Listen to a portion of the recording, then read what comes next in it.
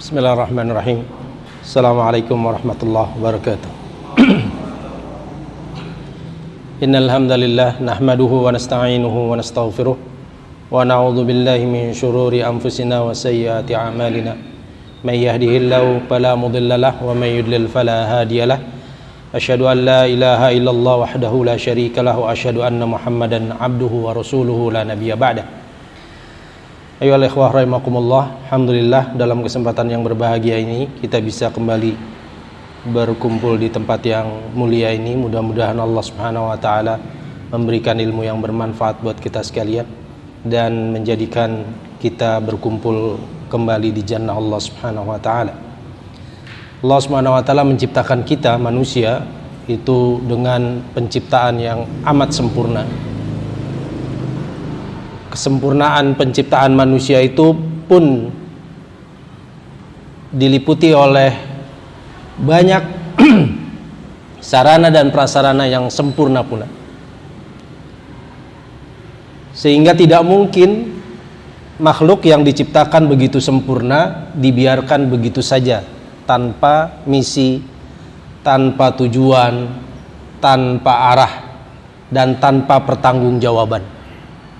Pasti, jangankan yang sempurna seperti al-insan, yang kurang sempurna pun dari setiap yang kita lihat di muka bumi ini, ada di balik itu semua tugas, tujuan, dan semua yang bersifat misi di dalamnya.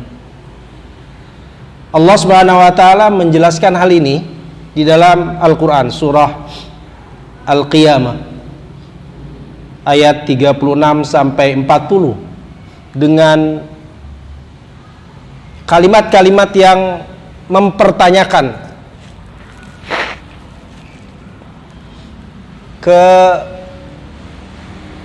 kelogisan, apakah benar bahwa makhluk yang diciptakan begitu sempurna tidak memiliki tujuan, misi, dan pertanggungjawaban. Ya. Allah Subhanahu wa taala berfirman, "A'udzubillahi samil 'alim minasyaitonir rajim. Ayahsabul insanu ayyutraka suda?" Apakah manusia itu mengira? Hisab bisa juga memperhitungkan. Apakah memang berdasarkan kalkulasi pemikiran manusia, kalkulasi hitung-hitungan manusia, dia dibiarkan sudah begitu saja? Ada dua tafsir yang menjelaskan hal ini. Ada yang mengatakan bahwa la yu'mar wa la yunha, tidak diperintah dan tidak dilarang. Tidak mungkin manusia yang begitu sempurna diciptakan dibiarkan begitu saja tanpa adanya perintah dan larangan. Tafsir lain mengatakan la yub'ats, tidak dibangkitkan, artinya tidak dimintakan pertanggungjawabannya nanti setelah wafat, mati. Tidak dimintakan pertanggungjawabannya, tidak mungkin. Kehidupan yang terlihat begitu terjadinya ketimpangan antar satu kehidupan makhluk dengan makhluk lain. Adanya pembantaian dari satu kelompok ke kelompok lain, adanya kezaliman dari kelompok lain ke kelompok lain, dan lain-lainnya tidak menurut logika pertanyaan yang harus dijawab oleh logika yang ditanya, gitu ya. Tidak mungkin tidak ada pertanggungjawaban setelah mereka mati. La yub'ats. Jadi di sini menjelaskan bahwa kita diciptakan dengan misi, tujuan, dan pertanggungjawaban dari Allah Subhanahu wa taala kepada kita. Ini yang harus menjadi titik keimanan yang harus ditanamkan di dalam diri kita, bahwa sejak kita diciptakan oleh Allah Subhanahu wa taala, yang nanti dipertanyakan oleh Allah Subhanahu wa taala, itu mengandung misi, tujuan, dan pertanggungjawaban. Tidak dibiarkan begitu saja. Seakan-akan hidup kita sendiri tanpa ada yang menilai, tanpa ada yang mempertanyakan, tanpa ada yang mengarahkan, tanpa ada yang meminta pertanggungjawaban. Tak mungkin, mustahil. Allah Subhanahu wa taala menjelaskan selanjutnya, alam yakun nutfatan min mani yumna, bukankah asalnya kalian itu cumalah nutfah, setetes air mani yang ditumpahkan ke dalam rahim? Bukankah hanya itu? Ya. Lalu summa kana 'alaqatan, kemudian menjadi segumpal darah, fa khalaqa fasawwa, lalu dia ciptakan Anda, ciptakan kita, ciptakan insan, manusia. Fasawwa, dibentuk sesempurna mungkin. Ya. Faja'ala minhu zawjaini dzakara wal untha, bukankah dia menjadikan dari situ az-zawjain, pasangan laki-laki dan wanita? Kalian bisa nikah, kalian berzuriyah, berketurunan, di situ pun mengandung banyak kenikmatan yang begitu besar. Begitu saja dibiarkan? Tak mungkin. Perjalanan yang begitu sempurna dari penciptaan Allah terhadap al-insan mengharuskan secara logika Anda diciptakan dengan asas membawa misi, tujuan, dan pertanggungjawaban yang akan dimintakan pertanggungjawabannya di sisi Allah nanti. Ya, tidak dibiarkan begitu saja. Alaysa dzalika biqadirin ala ayyuhyal mauta, bukankah yang berbuat semua itu dari tadi yang dipertanyakan, dari nutfah fa khalaqa sampai fasawwa, lalu zaujaini adz-dzakar wal untha, semuanya itu Allah perbuat, pasti dia pun kuasa, mampu untuk menghidupkan kembali semua yang dia ciptakan itu. Ya. Ini yang pertanyaan bahwa tidak mungkin setelah kita mati jadi tulang belulang tidak dibangkitkan kembali untuk dimintakan pertanggungjawabannya di sisi Allah Subhanahu wa taala. Jadi kita sejak diciptakan telah mengemban satu misi, tujuan yang akan dimintakan pertanggungjawabannya di sisi Allah Subhanahu wa taala. Untuk itu Allah Subhanahu wa taala menuntun makhluknya yang disebut manusia dengan wahyu. Inilah jalan untuk menentukan misi, tujuan yang akan dimintakan pertanggungjawabannya. Semua berpusat di dalam wahyu.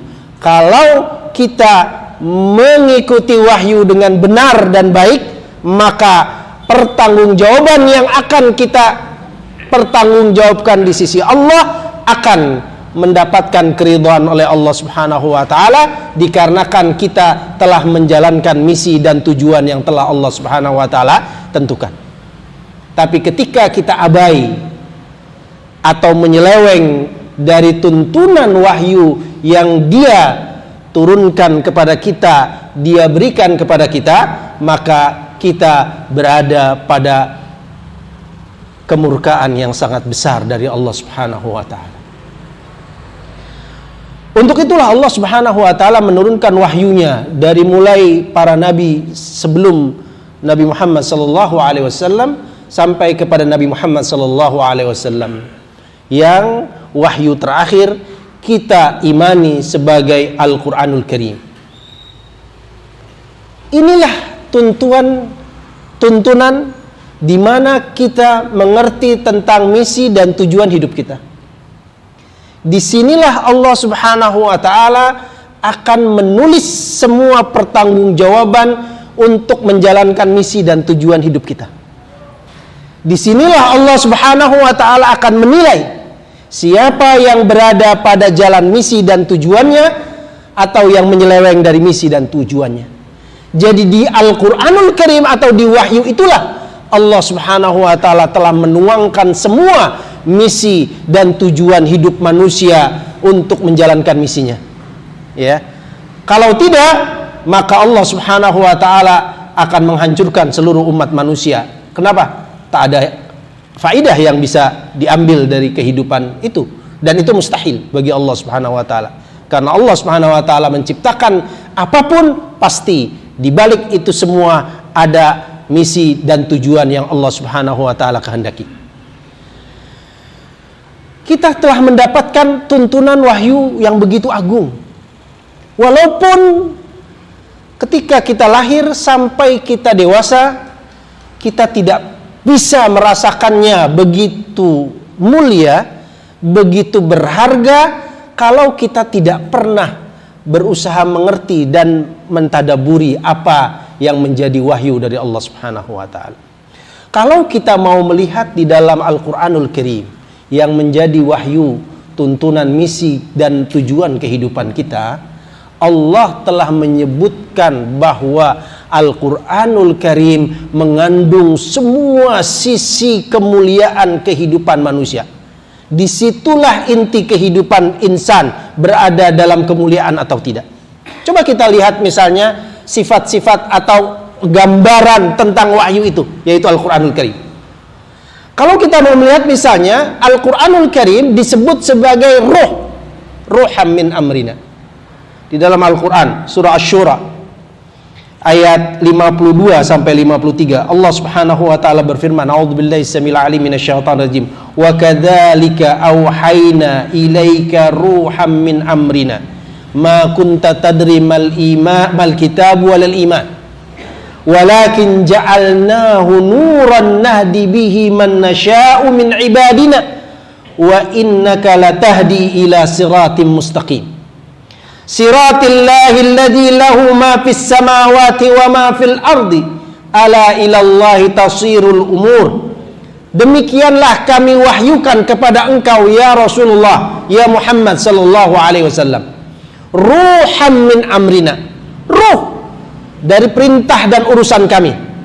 Ya, Allah Subhanahu wa taala telah menurunkan amrnya yang disebut dengan ruham, ruh.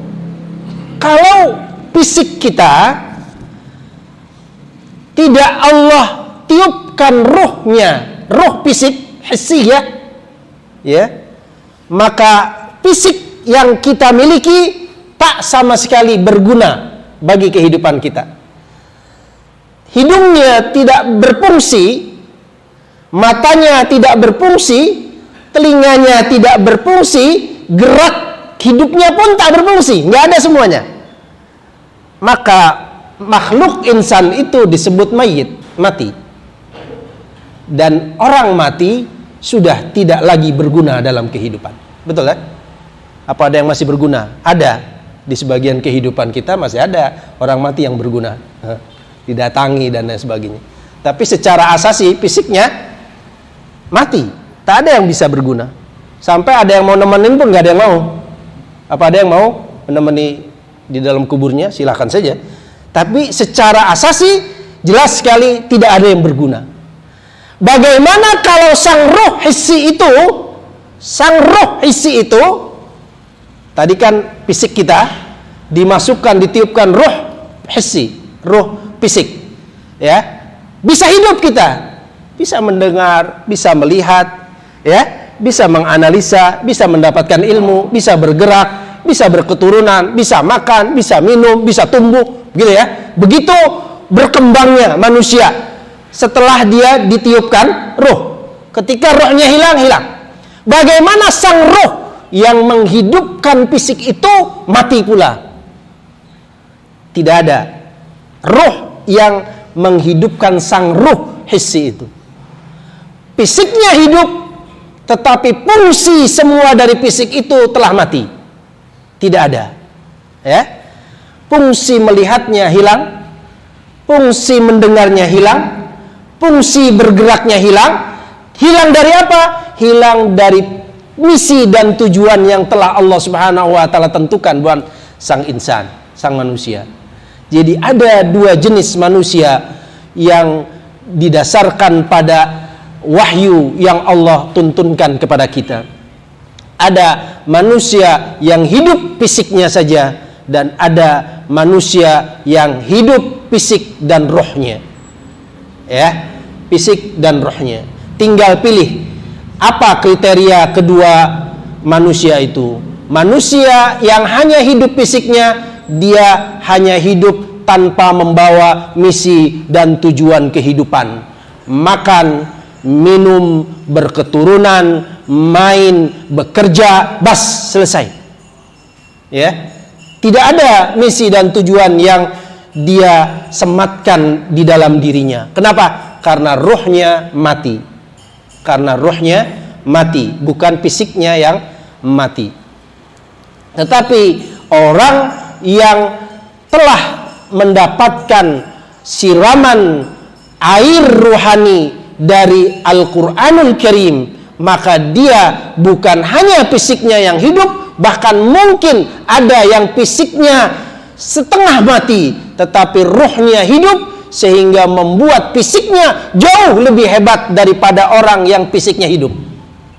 Banyak sekali kita lihat kisah-kisah orang-orang saleh, orang-orang yang bertakwa, yang melebihi rohaninya, melebihi dari fisiknya, fisik orang yang hidup sekalipun. Ya, kita lihat banyak orang yang walaupun fisiknya cacat dan lain sebagainya, tapi karena keimanannya yang begitu kuat, didasarkan pada wahyu yang dia serap dari Al-Quranul Karim, ya, dia pahami dari Al-Quranul Karim, hidup lebih besar daripada orang yang fisiknya sempurna. Itu yang bisa kita jelaskan, bahwa kita telah dituntunkan ruh buat diri kita, buat rohani kita agar hidup, gitu ya. Sehingga Allah Subhanahu wa taala menyebutkan walakin ja'alnahu nuran. Kami jadikan ruh itu nur. Dengan ruh itu Allah Subhanahu wa taala telah berikan nur, cahaya di dalam kehidupan kita. Yang dengan nur itu nahdi bihi man nasya. Kami beri hidayah. Jadi bisa berjalan di alam kehidupan, segelap apapun alam kehidupan yang dia lalui, dia akan mendapatkan cahaya yang begitu besar dari Allah Subhanahu wa taala, sehingga berjalan dengan jelas.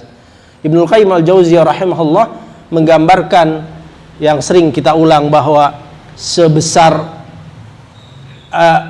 hidayah, cahaya yang kita pegang di dalam perjalanan kehidupan kita, segelap apapun, sebesar itu apa yang bisa kita lihat di sekeliling kita dalam kehidupan kita. Jadi kalau Anda berjalan di tengah-tengah kegelapan malam yang begitu pekat, maka sebesar obor yang kita bawa untuk menerangi jalan kita, maka seluas itulah yang bisa kita lihat di dalam kehidupan kita. Semakin kecil obor api yang kita bawa atau yang kita dapatkan, maka sekecil itu ruang lingkup yang bisa kita dapatkan. Jadi pandangan kita tentang kehidupan, pandangan kita tentang bagaimana kita menjalani kehidupan kita, itu seluas dan sekecil obor yang kita bawa, nur yang kita dapatkan, yaitu dari Al-Quranul Karim. Jadi semakin kita lemah berinteraksi dengan Al-Quranul Karim, maka semakin kecil pandangan kita dalam melihat kehidupan kita, semakin sempit, gitu ya. Tapi semakin banyak kita berinteraksi dengan Al-Quran, berinteraksi ya, bukan sekedar membaca, tetapi berinteraksi dengan Al-Quran, nanti kita akan jelaskan akhirnya, maka akan semakin luas yang kita bisa lihat di dalam kehidupan kita. Dan itu akan meluaskan dada dan meluaskan pemikiran serta meluaskan amal yang bisa kita lakukan. Kebanyakan di antara kita yang gugur dalam menjalani misi kehidupan kita, gugur ruhnya ya, bukan gugur fisik. Kalau gugur fisik selesai dengan wafat, mati, selesai. Jadi bangkai. Khalas, setelah itu Allah bangkitkan di dalam kubur, tergantung pada ruh asasinya, yaitu ruhaninya. Untuk itu Allah Subhanahu wa taala menjelaskan, wa innaka latahdi ila siratim mustaqim. Engkau ya Rasulullah akan memberikan hidayah kepada jalan yang lurus. Jalan Allah yang miliknya lah apa yang ada di langit dan apa yang ada di bumi. Kalau yang Allah berikan kepada kita berupa nikmat yang begitu besar, ya, sebagai khalifah dari mulai langit dan bumi semua isinya untuk kita, diorbitkan untuk manusia, maka Allah Subhanahu wa taala mengatakan bahwa ini jalan pemilik dari semua anugerah yang kita nikmati. Akankah kita menerima semua anugerah yang begitu besar langit dan bumi tetapi kita menolak jalannya?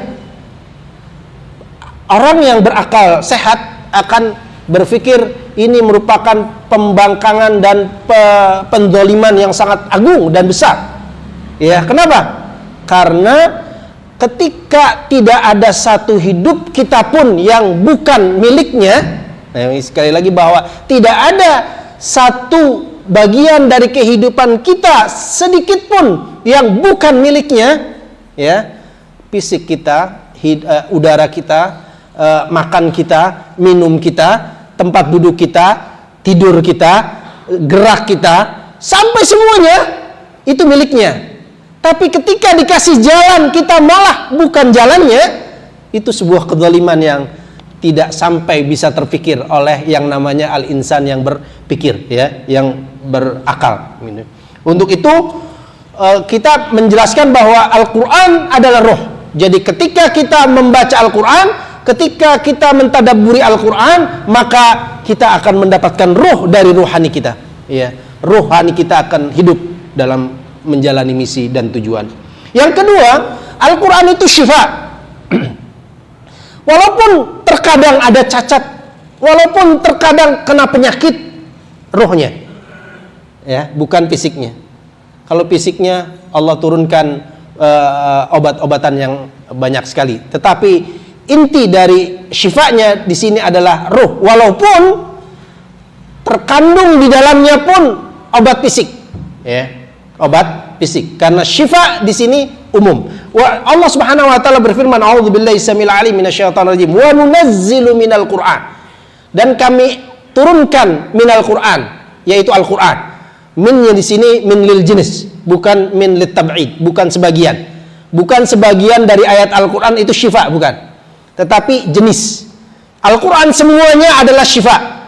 Wa nunazzilu minal Qur'ani ma huwa syifaa'un wa rahmatun lil mu'minin. Dia adalah syifa, penyembuh.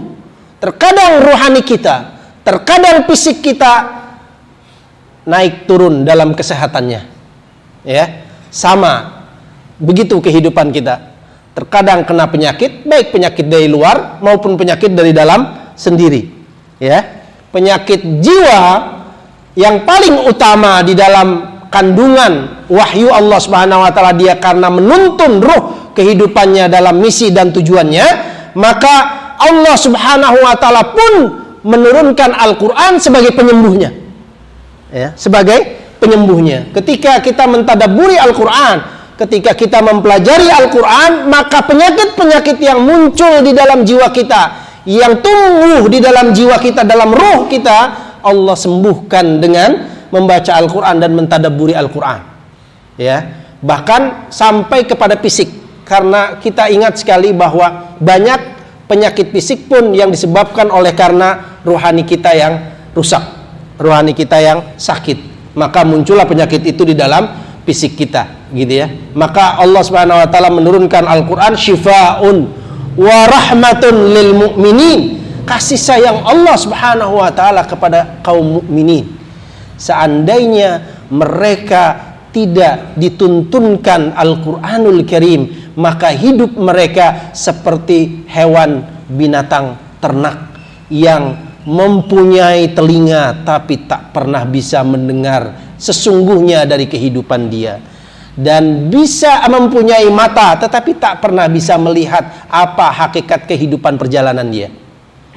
Begitu faktanya. Banyak sekali orang yang hidupnya hanya berkisar sekitar tadi, tabiat kehidupan manusia saja murni, fisiknya, ya, hidupnya tanah saja, semuanya menjadi tanah. Dari mulai makannya akhirnya turun tanah, terus minumnya turun tanah, apalagi bangunan yang dia bangun hancur tanah, pakaian yang lapuk akhirnya tanah, apalagi semua. Tapi harusnya semangat dan misi yang dia emban selalu berputar di sekitar itu. Ini menandakan bahwa ada penyakit yang sedang dia derita, ya, tapi dia tidak sadar karena interaksi terhadap Al-Quranul Karim melemah atau bahkan mati, tidak ada sama sekali, ya.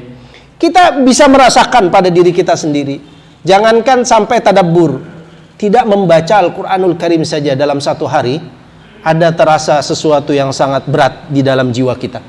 Ya, itu bisa terasa. Dan bahkan mungkin banyak di antara kita yang terlihat di wajahnya. Ya, terlihat di wajahnya. Memang para ulama mengatakan bahwa al-amalus saleh itu bisa tergambar di dalam wajah seseorang. Dan amalus sayyi, amal buruk pun bisa tergambar di dalam wajah seseorang. Jadi terkadang kalau kita sehari saja meninggalkan Al-Quran, ada sesuatu di wajah kita yang tergambar, gitu ya. Ini hal yang bisa dideteksi oleh orang-orang yang biasa berinteraksi, bertadabbur Al-Quranul Karim. Yang jauh atau jarak antara dia dengan Al-Quran itu sangat jauh, maka akan sangat sulit untuk bisa mendeteksi bahwa dia memiliki penyakit atau tidak penyakit di dalam dirinya, ya. Terutama penyakit-penyakit syubhat, penyakit-penyakit syukuk, keraguan terhadap Islam, ya. Sepanjang kehidupan kita selalu ada pertanyaan-pertanyaan. Bahkan syaitan selalu membuat gambaran-gambaran yang buruk terhadap semua kehidupan kita yang bersifat amal saleh. Setiap amal saleh pasti akan ada bisikan-bisikan yang membuat kita harus meninggalkannya. Tercegah kita dari amal-amal saleh tersebut, ya.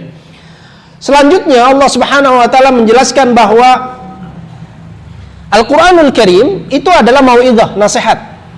Jadi gambaran kita ingin berbuat lurus baik dalam kehidupan kita, ketika kita melemah dalam amal-amal saleh, ketika kita mulai berpikir tentang amal-amal buruk, ketika kita mulai berpikir tentang keburukan-keburukan yang orang lain iri kita kepada keburukan-keburukan yang orang lain lakukan, itu Allah Subhanahu wa taala menurunkan Al-Quran Al-Karim, mau'izah.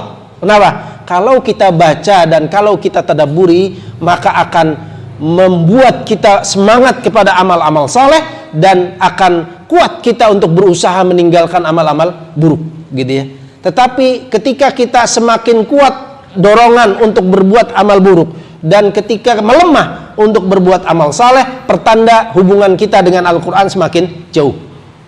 Itu otomatis, gitu ya. Koreksi saja masing-masing diri kita. Allah Subhanahu wa taala berfirman dalam surah Yunus ayat 57, A'udzubillahi samil alim minasyaitonir rajim, ya ayuhan nas qad ja'atkum mau'izatun mir rabbikum. Hai manusia, sungguh telah datang kepada kalian mau'izah. Mau'izah itu adalah nasihat-nasihat kebaikan dan ancaman-ancaman berbuat keburukan. Makanya ayatnya pun diawali dengan ya ayuhan nas. Siapapun akan bisa menerima, akan bisa menyerap, tidak hanya orang beriman, kalau dia diberikan mau'izah, ya, mau'izah. Jadi ya ayuhan nas, hai manusia, qad ja'atkum mau'izatun mir rabbikum, sungguh telah datang kepada kalian nasihat dari Rabb kalian. Yang disebut mau'izah di sini adalah jazirun anil fawahish, yaitu yang mencegah kalian, yang membuat kalian ngeri dari melakukan hal-hal yang nista, buruk, keji, ya. Jadi kalau kita tergambar mulai ada keinginan berbuat hal-hal yang melanggar ketentuan Allah Subhanahu wa taala, segeralah membaca Al-Quran dan mentadabburinya. Segeralah banyak-banyak kita berinteraksi dengan Al-Quran, ya. Karena Al-Quran adalah mau'izatun mir rabbikum wa syifa'un lima fis sudur wa hudaw wa rahmatun lil mu'minin, penyembuh bagi apa yang ada di dalam dada, penyakitkah, cacatkah, kekurangankah, fis sudur kulluha syifa, ada di dalam Al-Quranul Karim, hidayah, rahmah bagi kaum mukminin, ya. Inilah gambaran wahyu Al-Quranul Karim yang diturunkan kepada Rasulullah SAW dan dibawa misi ini kepada seluruh umatnya dari mulai beliau hidup sampai yaumil qiyamah. Al-Quranul Karim telah menjadi rahmat yang agung buat umat manusia, ya, rahmat yang begitu mulia. Seandainya kita bisa meraih satu bagian saja dari rahmat itu, sungguh sangat bahagia sekali, ya. sungguh sangat mulia sekali. Tetapi kalau kehilangan dari satu rahmat saja yang terkandung di dalam Al-Quran, maka sungguh merugi. Ya, mengapa semua apa yang Allah Subhanahu wa taala kandungkan di dalam wahyunya, yaitu Al-Quranul Karim yang merupakan kalamnya, ya, itu tidak mungkin, ya, tadi kita katakan ruh, dia syifa, dia mau'izah, dia rahmah, ya, semua itu tidak mungkin bisa kita serap dan kita raih kecuali dengan tadabbur. Afala yatadabbarunal Qur'an am ala qulubin aqfaluha. Apakah mereka tidak mentadabburi Al-Quran, atau di sininya ruhaninya sudah terkunci, sudah ada kunci yang sulit dibuka, ya. Ini bahayanya kalau kita tidak mentadabburi Al-Quran. Semua yang Allah Subhanahu wa ta'ala kandungkan di dalam Al-Quran yang merupakan inti dari kehidupan kita, tidak kita berusaha untuk berinteraksi dengannya, kerugian yang sangat besar. Karena tidak mungkin itu bisa diraih kalau kita tidak mentadabburinya. Nah, tadabbur itu sangat tinggi ininya, faidahnya. Sangat luar biasa kandungan manfaat yang dapat kita raih dengan tadabbur. Yang pertama, kalau kita mau mentadabburi Al-Quran, kita akan benar-benar mencapai satu tingkat ma'rifatullah kedua. Kalau sebagai seorang muslim saja mungkin sama kita antara orang fajir, orang saleh, orang siddiq, itu sama saja. Kalau tingkat pertama dari ma'rifatullah, apa itu tingkat pertama dari ma'rifatullah? Ma'rifatu iqrar, cuma mengikrarkan bahwa ya Allah yang menciptakan saya, ya Allah yang menurunkan hujan, ya Allah yang, itu ma'rifatul ikrar, ya. Itu semua kita yang beriman ke situ. Kalau tidak ke situ, ya jatuh ke dalam kekafiran, betul ya. Kalau tidak mengikrarkan bahwa Allah yang menciptakan kita, Allah yang iblis pun mengakui bahwa fa bi izzatika, ya, lima khalaqtu biyadayya, dan dia mengatakan bahwa Allah menciptakan, engkau menciptakan dia dari tanah dan engkau menciptakan aku. Itu semua diakui juga oleh iblis, ya, ma'rifatu ikrar. Tetapi ketika kita dengan tadabbur, kita akan meraih dan mendapatkan yang disebut dengan ma'rifatu hubbin wa ta'zimin wa ijlal. Tumbuh rasa cinta yang dalam, ya, cinta yang penuh pengagungan kepada Rabbul Alamin. Ini didapat hanya oleh orang-orang yang alimun, orang-orang yang alim, ya, karena interaksi dia terhadap Al-Quran dalam sekali dan sangat berakar. Sedangkan kita hanya sebatas pada qiraatu atau bacaan saja, bacaan lafaz. Sampai belajar kita pun masih pada tingkat-tingkat belajar baca, ya. Misalnya kita belajar tauhid, 3 dibagi gitu, ya, tauhid rububiyah, uluhiyah, asma sifat, bas, selesai. Tapi pendalaman kita terhadap asma sifat misalnya, ya, Allah itu Rahman, rahmahnya bagaimana, apa asar rahmahnya buat kita, dan kalau kehilangan rahmah kita gimana, sehingga muncul dan tumbuh rasa ta'zim dan pengagungan, rasa cinta yang dalam kepada Allah Rabbul Alamin. Ini yang bisa digapai dengan banyak tadabbur, ya. Waktu kita sangat jarang untuk tadabbur. Sekarang malah digantikan tadabbur kita dengan banyaknya penyakit yang sangat besar ini di sini, ya. Padahal ini ndak sama sekali meraih atau menggapai apapun. Walaupun tawaran dan rayuannya sangat indah, gitu ya. Rayuan dan itu sangat indah kalau di sini memang. Tetapi tadabbur kita sudah melemah, semakin melemah, jauh melemah, gitu ya. Sudah baca Al-Quran pun melemah, apalagi tadabbur. Ini yang pertama. Jadi mari coba untuk meluangkan waktu. Walaupun sebenarnya waktunya banyak, tapi usaha untuk meluangkan waktu itu yang nggak ada, gitu ya. Harus kita, semangat kita untuk masuk ke dalam itu. Makanya Habib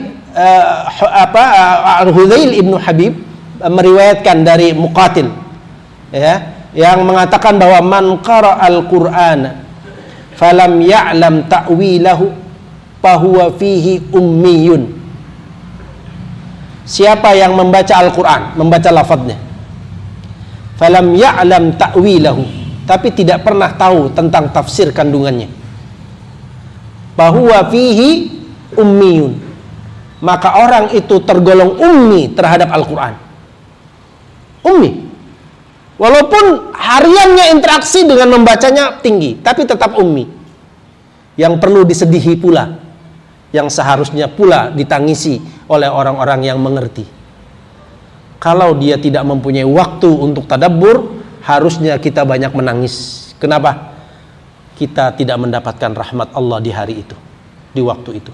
Kedua, dengan tadabbur kita akan bisa banyak dan tumbuh kuat hubbul jannah wa khaufun nar. Hubbul jannah wa khaufun nar. Cinta surga dan takut pada api neraka.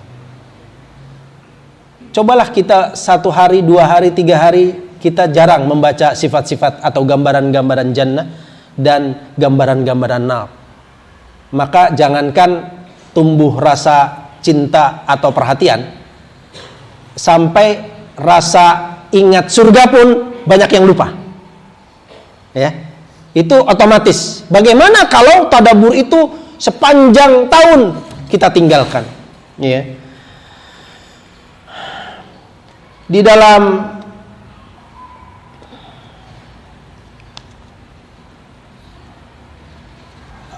satu riwayat di dalam kitab Sahihul Bukhari, Yusuf bin Mahik meriwayatkan bahwa dia pernah berada dekat dengan Aisyah Ummul Mukminin radhiyallahu anha ketika datang seorang dari bangsa Irak. Orang itu mengatakan, ayyul kafani khair, kapan apa yang baik? Qalat waihak wa ma yadurruk, celaka dirimu, apa yang membahayakanmu? Faqala ya ummal mu'minin arini mushafak, tunjukkan kepadaku mushafmu. Qalat lima, untuk apa? Faqala la'alli u'alliful qur'ana alaih fa innahu yuqra'u ghairu mu'allaf. Terakhir yang saya ingin sampaikan adalah bahwa Ummul Mukminin mengatakan bahwa ada satu kondisi di mana Al-Quranul Karim diturunkan kepada para sahabat ridwanullahu alaihim ajma'i. Orang tadi hanya memperhatikan masalah susunan Al-Quranul Karim, tartibnya, mana yang turun duluan, mana yang turun akhir, mana yang harus dibaca duluan, mana yang harus dibaca di akhir. Jadi dengan membaca dengan mushaf itu akan bacanya dengan tertib. Tapi Ummul Mukminin memberikan penerangan yang sangat dalam kepada sang orang Irak ini. Apa keterangan beliau?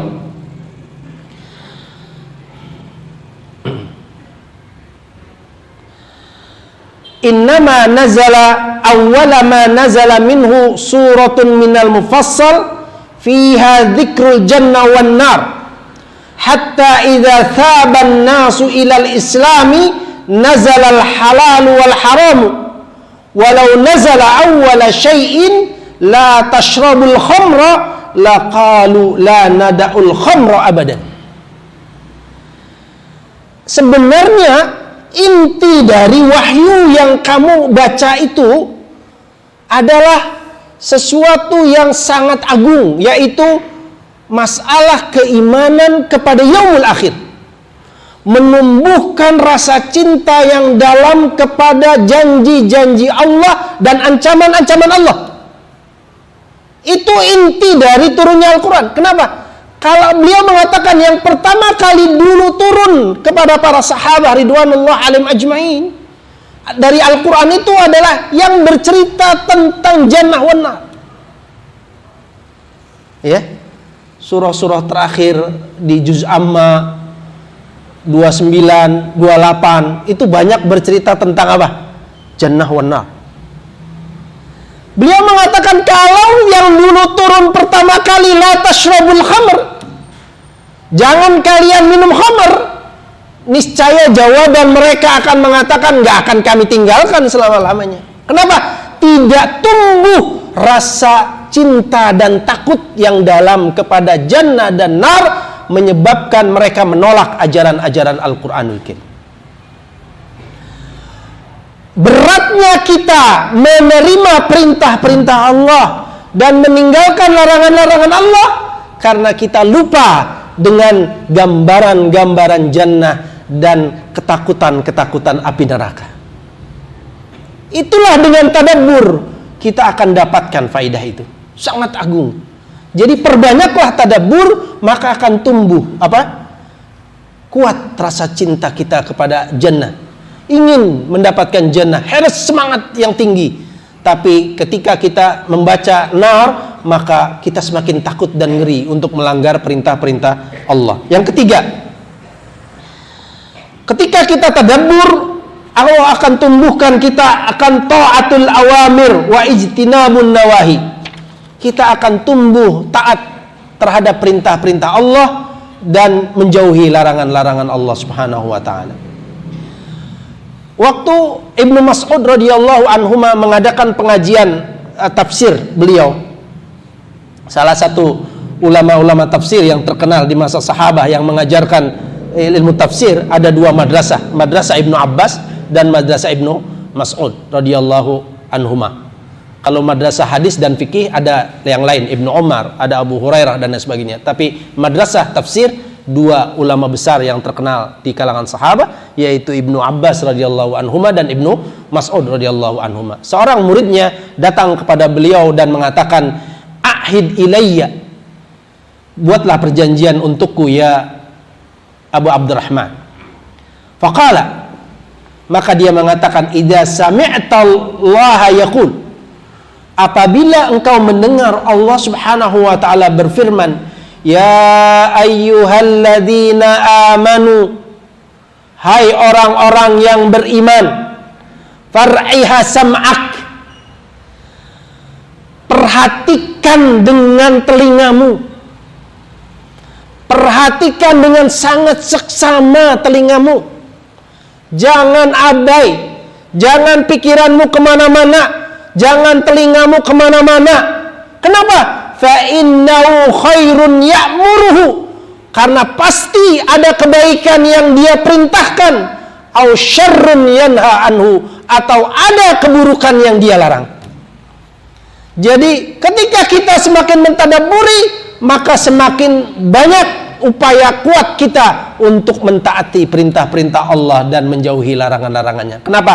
Karena orang yang mentadabburi Al-Quran semakin sadar bahwa setiap kali dia membaca Al-Quran pasti ada kebaikan yang Allah perintahkan atau keburukan yang Allah Subhanahu wa taala larang. Yang keempat, ya. Dengan tadabbur kita akan mendapatkan qanut tamatsul. Qanun at-tamatsul. Undang-undang persamaan. Kesamaan kita semua manusia dengan apa-apa yang Allah gambarkan di dalam Al-Quran. Ketika Allah menggambarkan orang-orang kafir, kalau kita berbuat yang sama seperti perilaku orang kafir walaupun lisan kita syahadatain, maka hukumnya akan sama dengan mereka. Kenapa? Tamatsul. Allah menggambarkan itu untuk permisalan. Jangan sampai kalian, hai orang-orang yang beriman, sama seperti orang-orang kafir.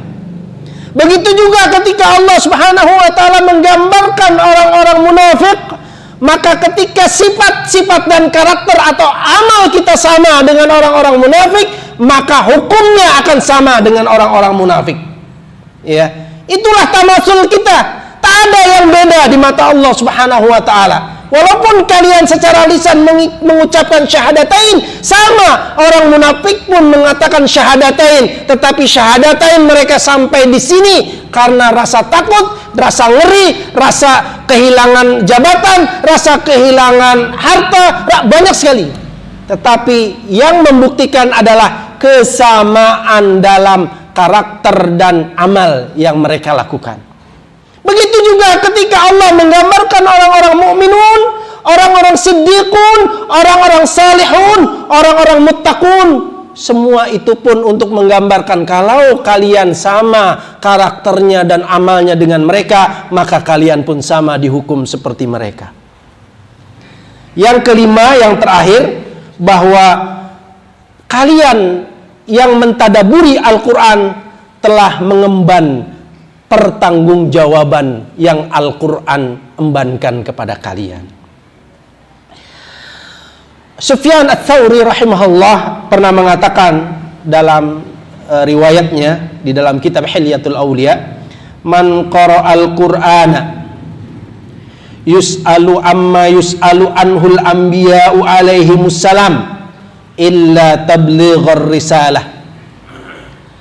Semua yang membaca Al-Quran, yang membaca, disebutkannya yang membaca. Artinya, kalau hanya membaca Al-Quran, ada yang kurang.